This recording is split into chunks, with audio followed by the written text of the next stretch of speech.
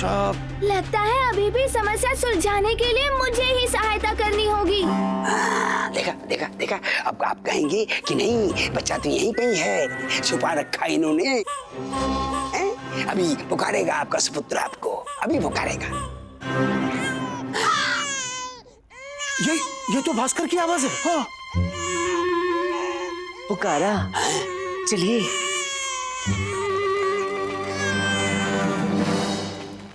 यही अवसर है यहाँ से निकलने का।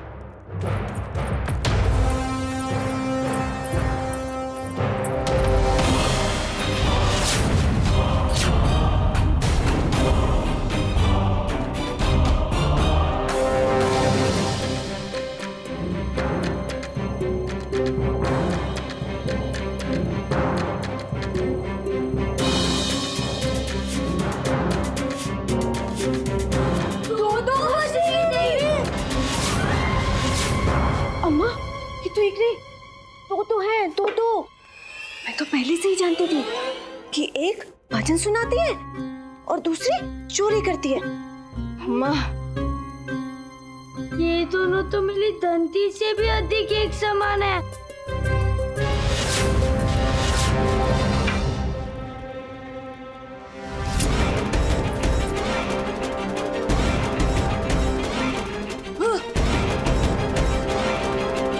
कबड्डी कबड्डी कबड्डी कबड्डी कबड्डी। दो भजनी देवी। घेर लो सबके सब, घेर लो।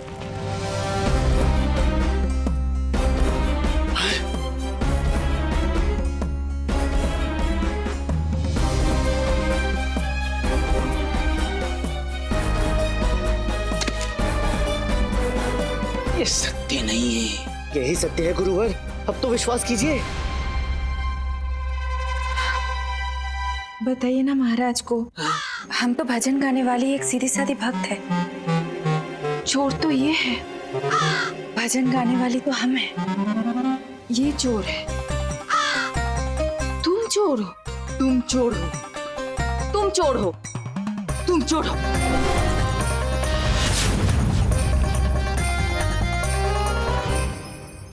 भजनी, कैसी बहन हो तुम?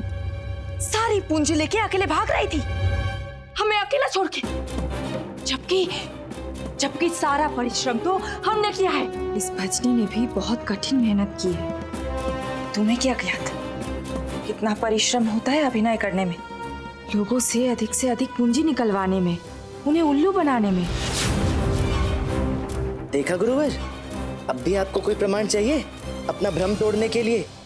भ्रम भी टूट गया, दिल भी टूट गया। महाराज, अब साक्षी भी आपके समक्ष है और दोषी भी। कोतवाल, जी महाराज। बंदी बना लिया जाए इन दोनों को और काल कोठरी में डाल दिया जाए। सिपाहियों आओ और इन दोनों को पकड़ लो।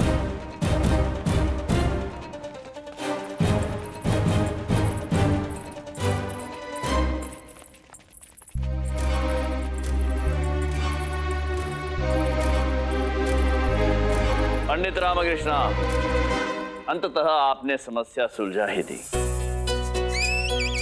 पुनः एक बार आपने प्रमाणित कर दिया है कि बुद्धिमत्ता में आपका कोई सानी नहीं है। समस्त विजयनगर में आप सबसे बुद्धिमान है। पंडित रामकृष्ण, हमें गर्व है आप पर। ये पंडित रामकृष्ण पुनः पुरस्कार प्राप्त करेगा। धन्यवाद महाराज, किंतु इस बार तो समस्या मेरे शेर ने सुलझाई है। क्या बात है, आप तो जितना सोचा था उससे भी अधिक सहृदय निकले बापू। आपके स्थान पर यदि ये गुरुवर होते तो पूरा श्रेय स्वयं ले जाते। भास्कर, सच सच बता, तू इतने सारे चिन्ह छोड़कर मेरी बात समझकर हमारी सहायता कर रहा था ना? ये तो सचमुच समझता है तुम्हारी बात रामा।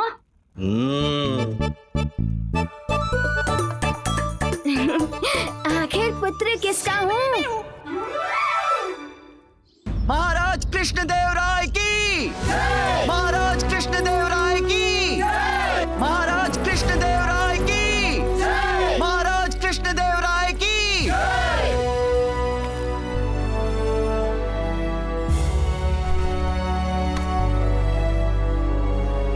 हमारा आने वाला कल हमारा भविष्य होता है, और यदि हम अपने वर्तमान में अपने भविष्य को देखना चाहते हैं तो हमें अपनी आने वाली पीढ़ी को देखना चाहिए, उचित। हमारे बच्चों को देखना चाहिए। इसी तर्क से यदि हम अपने भविष्य को उज्जवल देखना चाहते हैं तो हमें अपने बच्चों की अच्छी तरह से देखभाल करनी चाहिए। सत्य वचन। और आज जिस व्यक्ति ने अपनी सूझबूझ और अपनी समय सूचकता से न केवल हमारे भतीजे भास्कर अपितु विजयनगर राज्य के समस्त बच्चों की रक्षा की है, राज्य के साथ साथ हम भी उनके आभारी हैं। देखा गुरुजी, महाराज के मुख से पंडित रामाकृष्ण की इतनी प्रशंसा। महाराज जब जब इस प्रकार अपना आभार व्यक्त करते हैं ना गुरुजी, पंडित रामाकृष्ण पर उपहारों की वर्षा और तीव्र कर देते हैं। गुरुजी, अब आप आंखें फाड़ फाड़ के देखना कैसे इसे पुरस्कार मिलता है महाराज के हाथों से, छप्पड़ फाड़ फाड़ के। हाँ तो दे दो। क्या दे दें गुरुवर? पुरस्कार महाराज, पुरस्कार। जैसे पूर्व में आपने प्रत्येक छोटे मोटे किए न किए पंडित रामाकृष्ण के कार्य को सम्मानित किया है, इस बार भी कर दीजिए। अद्भुत गुरुवर, हम विचार कर ही रहे थे, परंतु आपने तो हमारे विचार को हमारे निर्णय में परिवर्तित करने में हमारी सहायता की। बस असमंजस का एक और कांटा है जिसे हम चाहते हैं कि आप निकाल दें। ऐसा कांटा महाराज? यही कि हम इस बार पुरस्कार क्या दें। महाराज कुछ नहीं। कुछ नहीं? नहीं महाराज, हमारा कहने का अर्थ है कोई ना कोई पुरस्कार तो अवश्य दी। महाराज, महाराज, मैंने जो भी किया वो मेरा दायित्व था, और मेरा मानना है कि इस परिस्थिति में मेरी जगह कोई भी होता वो भी ऐसा ही करता। क्यों गुरुवर? सत्य वचन पंडित रामाकृष्ण, सत्य वचन। पुरस्कार से वशीभूत थोड़े कोई दायित्व का निर्वाह होता है। सत्य कहा गुरुवर ने। मैं कर्तव्य निभाने मात्र के लिए कोई भी पुरस्कार कैसे ले सकता हूँ महाराज? उचित कथन है आपका पंडित रामाकृष्ण, परंतु हम अपने पूजनीय, अपने आदरणीय गुरुवर की बात को कैसे टाल सकते हैं? यदि गुरुवर ने अपने मुख से कह दिया है कि आपको पुरस्कार मिलना चाहिए तो मिलना चाहिए। क्यों गुरुवर?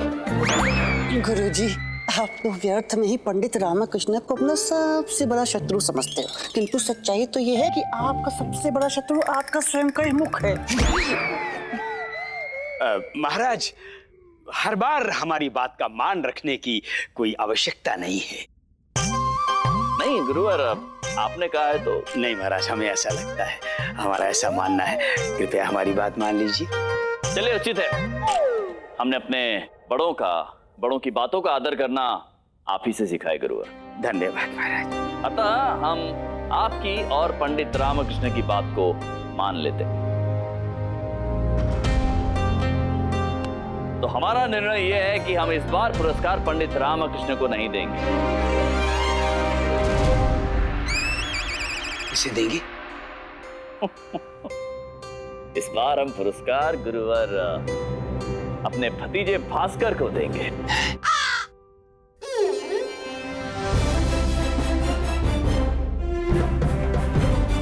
चलो अच्छा है। देखा तुमने, हमने पंडित रामाकृष्ण के सामने पड़ी उपहार से भरी थाली खींचकर उसके छोटे से पुत्र की छोटी सी कटोरी में परिवर्तित कर दी। अब उसको क्या मिलेगा? छनछनी, बस थोड़े से खिलौने, और क्या? कुछ कहा आपने गुरुवर? नहीं महाराज, हमने कुछ कहा नहीं, हम तो बस सोच रहे थे कि छोटे रामा के लिए जो आपने छोटे छोटे खिलौने देने की बात की है, ये बड़ा ही उचित विचार है महाराज। परंतु गुरुवर, जो निर्णय हमने लिया ही नहीं है वो सही कैसे हो सकता है? निर्णय लिया ही नहीं? वैसे एक शुभ कार्य गुरुवर हम आपके हाथों करवाना चाहते हैं। कौन सा शुभ कार्य महाराज? गुरुवर के लिए एक कलम और लिखाई पत्र का प्रबंध किया जाए। पूजा सामग्री की सूची बनानी है? नहीं गुरुवर, निमंत्रण भेजना है। आदेश दीजिए महाराज, किसको निमंत्रण भेजना है? भास्कर को। लिखिए कि हम आपकी अद्भुत कृति से इतने प्रसन्न हुए हैं कि हम आपको पुरस्कृत करना चाहते हैं। जी, सम्मान देना चाहते हैं। अतः हम चाहते हैं कि आप स्वयं चलकर आए राज दरबार में। महाराज, परंतु महाराज ये तो 5 साल बाद ही संभव है। मंत्रीवर, आप एक कार्य कीजिए, आप स्वयं जाइए और भास्कर को लेकर आइए और साथ ही राज दरबार में एक तराजू का प्रबंध करवाइए। जो आज्ञा महाराज। तराजू? दरबार में क्या तुलने वाला है?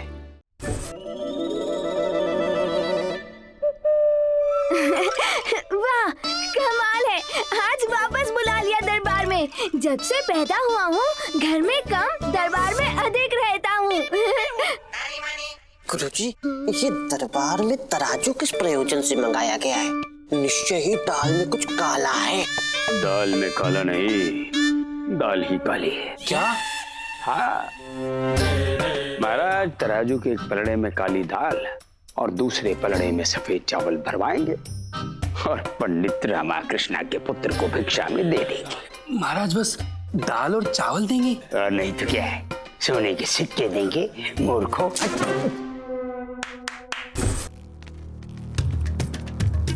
हो,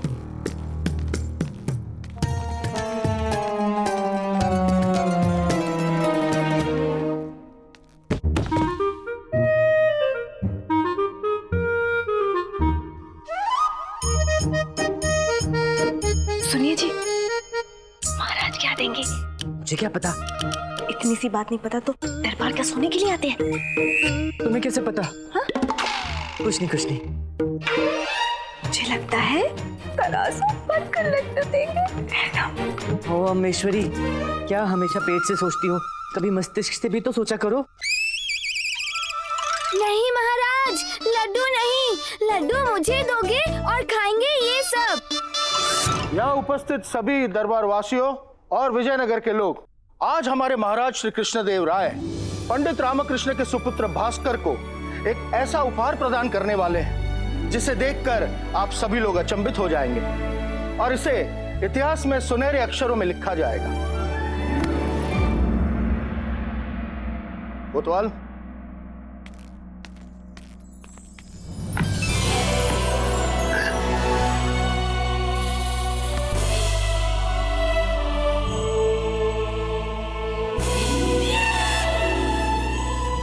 जैसा कि आप सभी को ज्ञात है, कल से हमारे विजयनगर राज्य में इन नए सोने के सिक्कों का चलन आरंभ होने वाला है। ये सिक्के विजयनगर राज्य के गौरव का प्रमाण है। ये सिक्के जो अभी अभी टकसाल से बनकर आए हैं, जो विशुद्ध रूप से स्वर्ण से निर्मित किए गए हैं, और इन्हीं नए सिक्कों के साथ बालक भास्कर को इस तराजू में तोला जाएगा।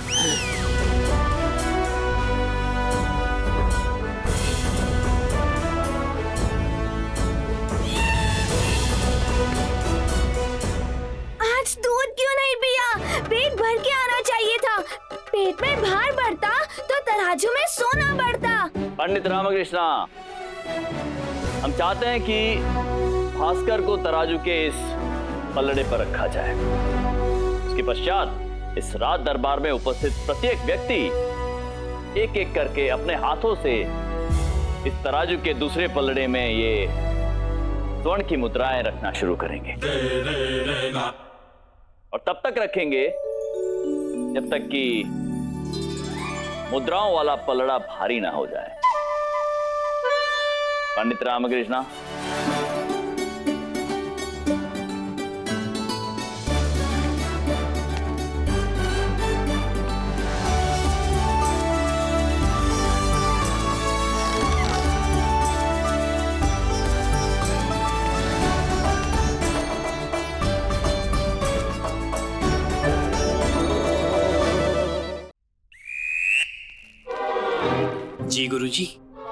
तेरी मनी एक कार्य करो, जाओ कहीं से लो चुंबक लेकर आओ। लो चुंबक? हाँ, लो चुंबक वजन वाला है। और जब तुम्हारी बारी आए तो वो लो चुंबक सिक्कों के पलड़े के नीचे चिपका देना, पलड़ा अपने आप भारी हो जाएगा। क्या बात है गुरु, मान गए। देखो जाओ। हम चाहेंगे हमारी महारानियां आरंभ करें। जी महाराज।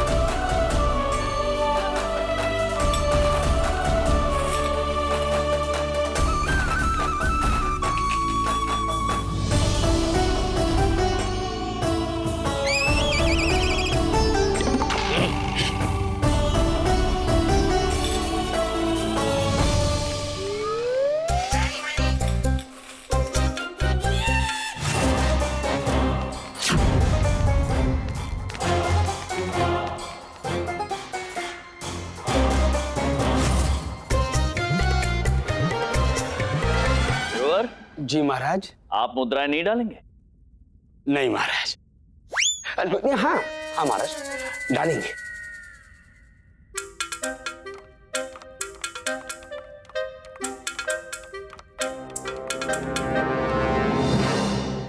महाराज, हमें लगता है कि हमें धोती निकाल देनी चाहिए।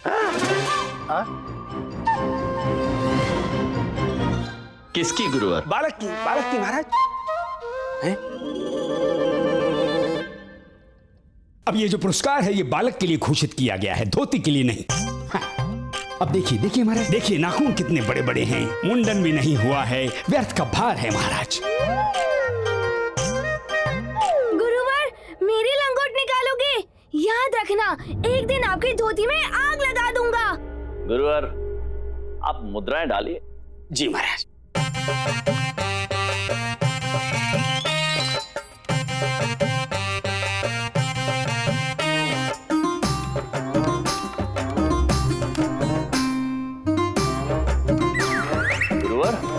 जी महाराज। केवल एक मुद्रा? हाँ। सिक्कों से पलड़ा भरकर भास्कर को तोलना है। एक सिक्के से क्या होगा? जी महाराज।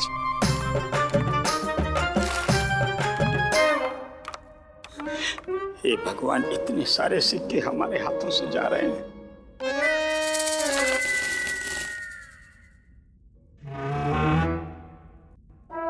पलड़ा भारी।